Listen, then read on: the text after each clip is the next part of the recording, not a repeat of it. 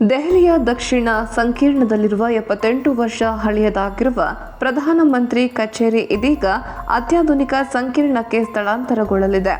ಹೊಸ ಸಂಕೀರ್ಣಕ್ಕೆ ಸೇವಾ ತೀರ್ಥ ಎಂದು ಹೆಸರಿಸಲು ನಿರ್ಧರಿಸಲಾಗಿದೆ. ಸೆಂಟ್ರಲ್ ವಿಸ್ತಾ ಪುನರಾಭಿವೃದ್ಧಿ ಯೋಜನೆಯ ಅಂಗವಾಗಿ ವಿನ್ಯಾಸಗೊಳಿಸಲಾದ ಈ ಸಂಕೀರ್ಣದಲ್ಲಿ ಸರ್ಕಾರದ ಉನ್ನತ ಮಟ್ಟದಲ್ಲಿ ಸಮನ್ವಯವನ್ನು ಸುಗಮಗೊಳಿಸಲು ಹಲವಾರು ಪ್ರಮುಖ ಕಚೇರಿಗಳನ್ನು ಒಂದೇ ಸೂರಿನಡಿ ತರಲಾಗುತ್ತಿದೆ. ಇತ್ತೀಚೆಗೆ ಹಲವಾರು ರಾಜ್ಯಗಳಲ್ಲಿನ ರಾಜಭವನಗಳನ್ನು ಲೋಕಭವನಗಳಾಗಿ ಮರುನಾಮಕರಣ ಮಾಡಿದ ನಂತರ ಸೆಂಟ್ರಲ್ ವಿಸ್ತಾ ಪುನರ್ ನಿರ್ಮಾಣ ಯೋಜನೆಯಡಿ ಇದನ್ನು ವಿನ್ಯಾಸಗೊಳಿಸಲಾಗಿದೆ.